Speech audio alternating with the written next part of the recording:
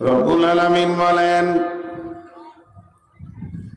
কোরআনের ভিতরে আল্লাহ বলে দিয়েছেন যে মুসলমানদের অবস্থা কখন শোচনীয় হবে।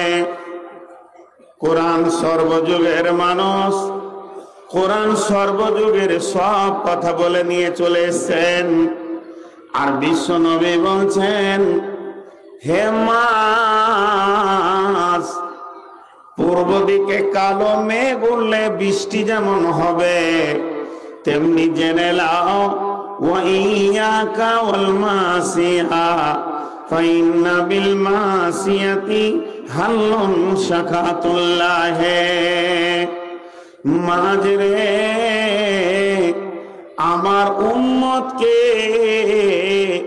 যারা দুর্বল তারা কেটে কেটে সাইজ বানাবে, এদেরকে কুত্তার মতো নিয়ে দুনিয়া করবে, এদেরকে রোডের কুত্তার মতো যেখানে সেখানে মার্ডার করবে, আহ করার কেউ থাকবে না। তার তিনখানা কারণ বলেছেন নবীজি। একটা হাদিসে বলেছেন, একটা ওয়াইয়াকা ওয়াল মাসিয়া ফাইন্না বিল মাসিয়াতি হাল্লুন শাকাতুল্লাহ। আর এক জায়গায় বলেছেন, এদেরকে যখন দুইটি রোগে ধরবে, এরা দুর্বল হয়ে যাবে, তখন অন্য জাতি এদের উপরে চড়াও হয়ে যাবে। সেই দুটি কি? হুব্বুদ দুনিয়া কারাহিয়াতিল মাউত। আর আল্লাহ রাব্বুল আলামিন বলছেন, ফাতারাব্বাসু হাত্তা ইয়াতিয়াল্লাহু বিআমরিহি ওয়াল্লাহু লা ইয়াহদিল কওমাল ফাসিকিন। অপেক্ষা করো, অপেক্ষা করো, তোমাদের কাজ আমার থেকে তোমাদেরকে বিরত করে দিয়েছে, তবে এমন একটা দিন আসবে, তোমরা অপেক্ষা করো, যেদিন তোমাদের পিঠের চামড়া বিজেপির পায়ের জুতোর হাফসুল হবে। পৃথিবীর কেউ এসে তোমাদেরকে আটকে দিতে পারবে না।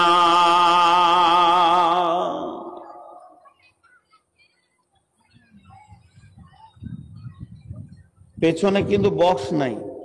আগের বক্তারা যে কি করে বকেছে আমি বুঝতে পারছি না।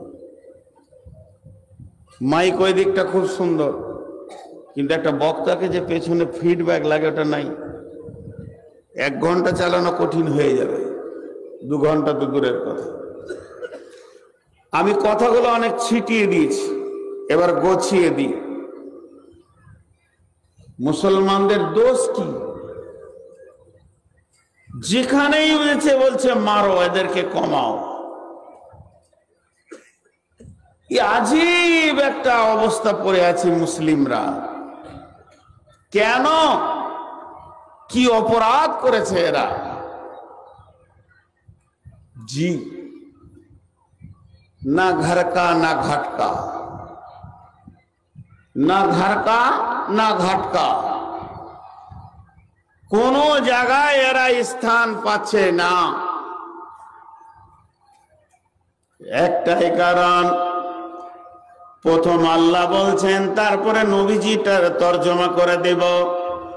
আল্লাহ বলছেন, শোন, যখন তোরা 8টা জিনিসের প্রেমে পড়ে যাবি আর তোদের কাছ থেকে 3টে জিনিসের প্রেম কমে যাবে, তখন তোরা জেনে নিস আল্লাহর হুকুম আসমান থেকে এমন আসবে, তোদের পিঠের চামড়াগুলো তুলে নিবে। যাদের কোনো ক্ষমতা থাকবে না, এরাই তোদের উপরে কর্তৃত্ব করবে। এলোরে কাল, ভাদ্র কাল, বকরিতে চাটে বাঘের গাল। একটা বাঘ শুয়ে আছে আর বকরিতে এসে বাঘের গালকে চেটে দিয়ে চলে গেল। তাহলে বলেন ওই বাঘটার মূল্য কত? সেই অবস্থা বর্তমানে হয়ে গেছে। সেই 8টা জিনিস কি আল্লাহ গুনিয়ে দিয়েছেন। কুল ইন কানা বাউকুম যদি তোমরা তোমাদের বাপকে ও আবনাউকুম তোমাদের সন্তানকে ও ইখওয়ানুকুম তোমাদের ভাইকে ও আজওয়াজুকুম তোমাদের বিবিকে ও আসিরাতুকুম তোমাদের বন্ধু বান্ধবকে ও আমওয়ালুন ইকতারাফতুমুহা তোমার সঞ্চিত মালকে ও তিজারাতুন তাকসাউনা কাসাদাহা ব্যবসা বাণিজ্য চাকরি বাকরিকে ও মাসাকিন তারজাউনাহা আর যে অট্টালিকাটা তুমি বানিয়েছো ঘর, এই ঘরটাকে টোটাল 8টা জিনিসের নাম আমার আল্লাহ করলেন। কি বললেন? তোরা তোদের বাপকে, সন্তানকে, ভাইকে, বিবিকে, বন্ধুকে, সঞ্চিত মালকে, ব্যবসা বাণিজ্য চাকরি বাকরিকে আর যে অট্টালিকাটা বানিয়েছিস এটাকে, এই 8টার প্রেমে যখন তোরা পড়ে থাকবি, তোদের দিলে যখন এই 8টার প্রেমে হৃদয়টা জমা হয়ে থাকবে, তোদের হৃদয়কে এই 8টা প্রেম গ্রহণ করে নিবে আর তোদের দিল থেকে 3 জনের প্রেম চলে যাবে, প্রেম কমে যাবে। সেই 3টি কি? এই 8টার তুলনায় 3টির প্রেম কমে যাবে। সেই 3টিকে আহাব্বা ইলাইকুম মিনাল্লাহ, একটা হলো আল্লাহর মহব্বত ওয়া রাসূলিহি এবং রাসূলের মহব্বত ওয়া জিহাদিন ফি সাবিলিহি, আল্লাহর রাস্তায় তোমাকে জিহাদ করতে হবে, জান মাল লাগাতে হবে, এইটার মহব্বত। এই 3টে জিনিসের মহব্বত যখন কমে আসবে আর 8টার মহব্বত যখন উপর দিকে বেড়ে যাবে, তো আমার আল্লাহ বলছেন ফাতারাব্বাসু ফাতারাব্বাসু ফাতারাব্বাসু মানে অপেক্ষা করো, দেখা যাবে এমন একটা দিন আসবে হাত্তা ইয়াতিয়াল্লাহু বিআমরিহি, অতক্ষণ পর্যন্ত যতক্ষণ পর্যন্ত আল্লাহর হুকুম না এসেছে।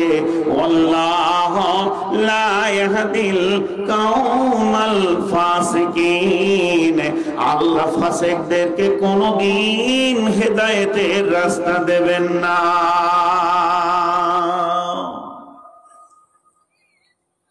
কথাটাকে একটু ভেঙে দিই। আল্লাহ আসমান থেকে পৃথিবীটাকে দেখছেন,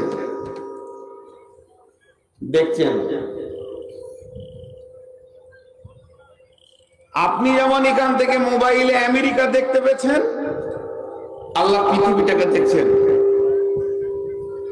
ইমাম গাজ্জালি আলাইহি রাহমা বলছেন যে এই পৃথিবীটা আয়নার মতো আর আল্লাহর আরশটা আয়নার মতো, সমস্ত প্রতিচ্ছবি আল্লাহ বসে বসে দেখছেন সেখান থেকে। কি দেখছেন? আমি আপনাদের কথা বলছি না, আমার কথা বলছি। সকাল থেকে উঠে ঘুর ঘুর ঘুর ঘুর ঘুর ঘুর করে বাপের পেছনে সময় দিলাম, বেটার পেছনে সময় দিলাম, ভাইয়ের পেছনে সময় দিলাম, বন্ধুর পেছনে সময় দিলাম, বিবির পেছনে সময় দিলাম, মালের পেছনে সময় দিলাম, আর চাকরি বাকরির পেছনে সময় দিলাম অট্টালিকার পেছনে। আর আমার আল্লাহ প্রতিদিন 10 বার ডাকলো, হাইয়া আলাল ফালাহ, আয় আয় আয় কামিয়াবি নিবি তো আয়, আয় আয় আয় আয় তোরা সফলতা নিবি তো আয়। সেদিকে আমরা গেলাম না। এখন আল্লাহ কি বলবেন? আল্লাহ বলতেন ফাতারাব্বাসু, অপেক্ষা কর, একটু অপেক্ষা কর। ফাতারাব্বাসু, তোরা অপেক্ষা কর অতদিন পর্যন্ত যতদিন না আল্লাহর হুকুম তোদের কাছে না পৌঁছেছে। ওয়াল্লাহু লা ইয়াহদিল কওমাল ফাসিকিন, আল্লাহ ফাসিক কওমকে কোনদিন হেদায়েত দেন না।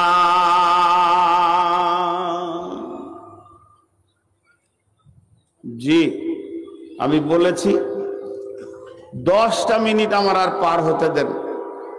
মেন জায়গায় আমি যখন পৌঁছাবো আপনাকে আমি বলবো বাড়ি যান, আপনি বাড়ি যাবেন না ইনশাআল্লাহ। একটু ভূমিকাটা গুছাতে দেন। মানুষ ভাবছে নূর মোহাম্মদ আজকে কি ধরেছে। আজকের বক্তব্য ইস ঘর মে আগ লাগি হ্যায় ঘর হি কি চিরাগ সে, মিলিয়ে দেবো আপনাদেরকে অঙ্ক করে। তো আল্লাহ তাবারক ওয়া তাআলাকে আমরা ভালোবাসি, বলে হ্যাঁ ভালোবাসি। একটা হলো জানা আর একটা হলো চিনা। আল্লাহকে আমরা জানি কিন্তু চিনি না। আল্লাহকে আমরা জানি কিন্তু চিনি না সে আল্লাহর ক্ষমতা কতটা। তো আল্লাহকে কতটা ভালোবাসি, একটা ছোট্ট রূপকথা আপনাদের সামনে তুলে ধরবো। এবার ফ্যানটা বন্ধ করেন। আমার রূপকথাটা আপনারা খেয়াল করে শুনবেন। ধরেলেন এই ভৈরবপুরে একটা বিয়ে বাড়ি হচ্ছে, বিয়ে বাড়ি। তো বিয়ে বাড়ি মানে বিয়ের অনুষ্ঠান। সকলে, যে ছেলেটার বিয়ে হচ্ছে তার দোলা ভাই এসেছে, তার বোন এসেছে, তার আর্ক এসেছে, মামা এসছে, খালা এসছে, খালু এসছে, নানা এসছে, প্রতিবেশী একটা 50, 60, 100, 500 জনের আয়োজন হইচই চলছে। গ্রামে একটা মাদ্রাসা আছে পাশে, আমতলা মাদ্রাসার শিক্ষকগুলোকে দাওয়াত করেছে আর ইমাম সাহেবকে দাওয়াত করেছে। মাদ্রাসা ছেলেগুলোকে দাওয়াত করলো কেন? ওগুলো কোন কুটুম? বিআই এসছে বেটির তরফের কুটুম, আরেক বিআই এসছে বেটার তরফের কুটুম, জামাই এসছে সেটা আমার বেটির স্বামী। ঠিকই আছে, তো মাদ্রাসাওয়ালা কেন দাওয়াতে? মুরব্বী দাওয়াত করেছে, বাড়ি যেটা মুরব্বী হাজি সাহেব, ও বলছে এগুলো আমার রসুলের কুটুম, আমার রসুলের তরফের কুটুম। আর মসজিদের ইমামকে ডেকেছে, এটা আমার আল্লাহর তরফের কুটুম। বিয়ের অনুষ্ঠান শুরু হলো। জামাই এসছে শালার বিয়েতে 3 দিন আগে এসে সে ক্যামেরা নিয়ে আসলো, মিনি পর্দা নিয়ে আসলো, সিডি চালিয়ে দিল, এলসিডি চলছে বিয়েতে। সেখানে চলছে গান বাজনা, শরীয়তের একটা জিনিসও সেখানে নাই। এবার মাওলানা সাহেব, ইমাম সাহেব বিয়ে খেতে গিয়ে দেখছে ইন্নালিল্লাহ, এ ঘরে তো সব চলছে, আমি একজন জামে মসজিদের ইমাম, এগুলো তো খুতবাতে হারাম বলে রেখেছি, এ জায়গায় আমার খাওয়া যাবে না। সে চলে গেল। মাদ্রাসার শিক্ষকগুলো বলছে এই বিয়ে ঘরের অনুষ্ঠানে যা কিছু চলছে সবই হারাম, তাহলে আমাদের এখানে থাকা যাবে না। তারা ফেরত চলে গেল। তাহলে রসুলের কুটুম ফিরে গেল, আল্লাহর কুটুম ফিরে গেল, থাকলো কে? বাকি আত্মীয়রা থাকলো। এখন যদি ওই সিডিটা বন্ধ করে দেওয়া হয়, এখন যদি গান বাজনা বন্ধ করে দেওয়া হয়, জামাইরা বেঁকে বসবে, রাগ করবে, এর জন্য বন্ধ করা গেল না। তার মানে আমার আল্লাহকে এবার বলছি আমরা কি, পৃথিবীর সব আত্মীয় আমার রাজি থাক, তুমি না থাকলো চলবে, রসুল না থাকলো চলবে। মুসলমানদের বিয়ের অনুষ্ঠানে আল্লাহ নাই, রসুল নাই। মুসলমানিতে আল্লাহ নাই, রসুল নাই। মুসলমানের নবসম্ভবীতে বউ দেখতে গিয়ে 25 জন বউ দেখছে, কিন্তু শরীয়ত হচ্ছে ওই দেখবে যে বিয়ে করছে, সেখানেও আল্লাহ নাই, রসুল নাই। মুসলমানের একটা নতুন বউ আনতে গেছে, সেখানেও আল্লাহ নাই, রসুল নাই। অর্থাৎ মুসলমান, আমি এক কথাই বলতে চাইছি, মুসলমান তার আল্লাহকে আর রসুলকে তার ঘর থেকে, তার গাঁ থেকে, তার টলা থেকে, তার পাড়া থেকে গর্দন ধরে বের করে দিয়েছে। আজকে এই ভৈরবডাঙ্গার মুসলমান, আর আমতলার মুসলমান, গগন পাহাড়ের মুসলমান, মুর্শিদাবাদের মুসলমান, এরা করেছে কি? আল্লাহকে এবং রসুলকে গর্দন ধরে ঘর থেকে বের করে দিয়েছে। এরপরে শান্তির বিলাসিতার ঘুমে খাটের ওপরে এসি চালিয়ে দিয়েছে। আল্লাহ বলছে শান্তির মালিক আমি, তোদেরকে শান্তির ঘুম দিতে আমি দিব না, তোদের পেছনে আমি মাস্টার বিজেপিকে পাঠাবো, বজরংকে পাঠাবো, শিবসেনাকে পাঠাবো, পাচার চামকে তুলে নিয়ে তারা পায়ের হাফসুল বানাবে। চল তোরা বিয়ে দিয়ে বউ নিয়েছে, কত শান্তির জীবন কাটাবে আমি আল্লাহর সঙ্গে চ্যালেঞ্জ করে। এর জন্য আল্লাহ তাবারক ওয়া তাআলা বলেছেন, যখন আমার গোলামেরা, হে নবী তুমি বলে দাও তাদেরকে, তারা যখন 8 জনের প্রেমে পড়ে যাবে আর তাদের প্রেমে 3 জন থাকবে না, পোশাকে আল্লাহকে নিয়ে নি, রসুলকে নিয়ে নি, খাওয়াতে আল্লাহকে নিয়ে নি, রসুলকে নিয়ে নি, প্রতিটি বাড়িতে ডাইনিং টেবিল হয়ে গেছে। বিশ্বনবী থেকে দলিল পাওয়া যাবে না বিশ্বনবী কোনোদিন ডাইনিং এ খেয়েছেন, এটা আমি হারাম বলছি না। বন্ধুরা আমার, আজকে আমাদের ঘরে আল্লাহ নাই, রসুল নাই, প্রত্যেকটি বাড়িতে নামাজ নাই, প্রত্যেকটি বাড়িতে আপনার কিনা ছবি তোলা আছে, রহমতের ফেরেশতা নাই। অতএব ওই ঘর থেকে, যে ঘর থেকে আল্লাহ বেরিয়ে চলে গেছেন, যে ঘর থেকে রসুলকে অপমান করে বের করে দেওয়া হয়েছে, ওই ঘরের ওপর সেই মাবুদের মায়া কোনোদিন থাকতে পারে না।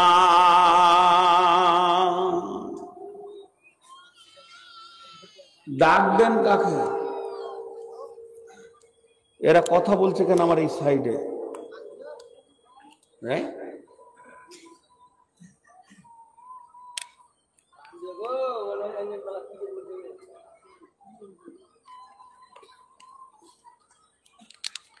মুসলমান,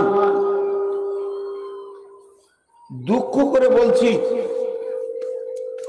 যে কথাগুলো আমি আপনাদেরকে বলছি না, নিজেকে সহ আমার ভাষাটা দেখেন। আমরা আল্লাহকে বের করে দিয়েছি, তার মানে আমিও, আপনারা করেছেন এ কথা আমার জীবনে আসবেন, আমার যত বয়ান আছে শুনেলেন। আপনি শব্দ নাই, আমিও। চলেন একটা কাগজ কলম নেন, একটা দেশের নাম লিখেন আর বলেন মুসলমান কেমন আছে তো খারাপ, কেমন আছে তো খারাপ, কেমন আছে তো খারাপ, কেমন আছে তো খারাপ। মুসলমানদেরকে দেখতে পাচ্ছে না কে? দেখতে পাচ্ছে না মোদি, দেখতে পাচ্ছে না অমিত শাহ, দেখতে পাচ্ছে না যোগী, দেখতে পাচ্ছে না আর কেউ, দেখতে পাচ্ছে না আর কেউ। 100টা মন্ত্রীর নাম লিখেন, এমনি করে রেখে দিয়ে আল্লাহকে বলেন, আল্লাহ কি দোষ করেছিলাম এরা দেখতে পাচ্ছে না কেন? আল্লাহ বলবে, রে ওদের কথা বাদ দে, আমিই তোকে দেখতে পাচ্ছি না। ঝামেলা শেষ। ওদের কথা বাদ দে, এক চুটকিতে ওদেরকে দুনিয়া পাল্টিয়ে দিব আমি, সেই আল্লাহ। ইতিহাসকে খুলে দেখা, নমরুদের কি করেছি, ফেরাউনের কি করেছি, হামানের কি করেছি, আমি সেই আল্লাহ আজও আছি। তারা পূর্ণাঙ্গ ঈমান নিয়ে আমার সামনে দাঁড়িয়েছিল, তাদের দুশ্মন গুলোকে আমি তাবা করে দিয়েছি। আজকে তোরা নিজে বেঈমান, তা আমি কার সঙ্গে লড়াই করতে যাব?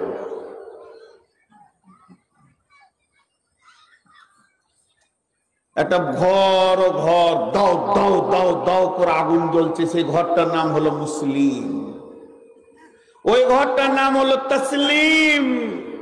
এই ঘরটা বানিয়েছেন কে? বিশ্ব নবী মিস্ত্রি, আর প্ল্যান এস্টিমেট দিয়েছেন আল্লাহ। তার নাম রাখা হয়েছে ইসলাম।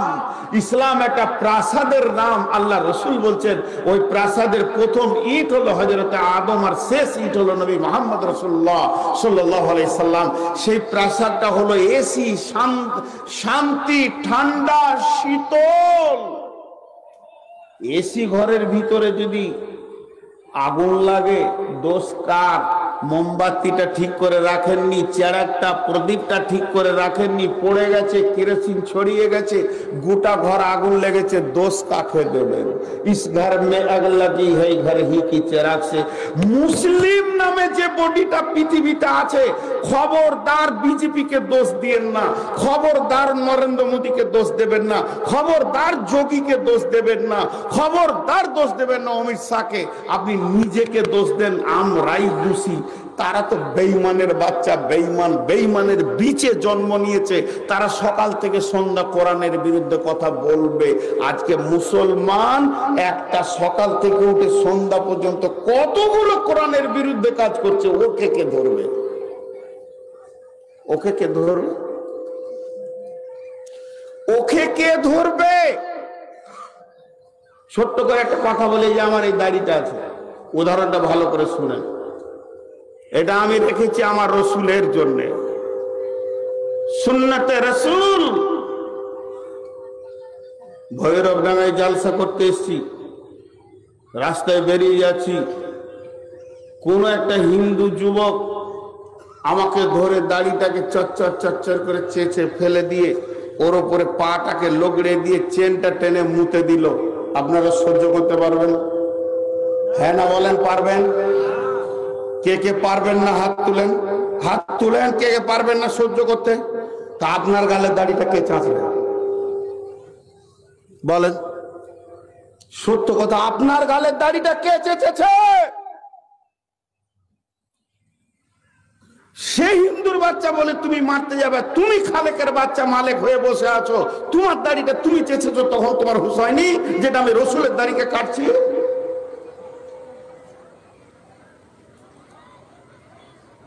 তোমার জন্য হালাল আছে যে নাপিতকে বলা লে চেঁচেলে চাঁচ, তারপর আবার তোকে টাকা দিব, আমার রসুলের দাড়িকে যদি নামাতে পারিস তোকে 20 টাকা দিব, তাকে আবার 20 টাকা দিব।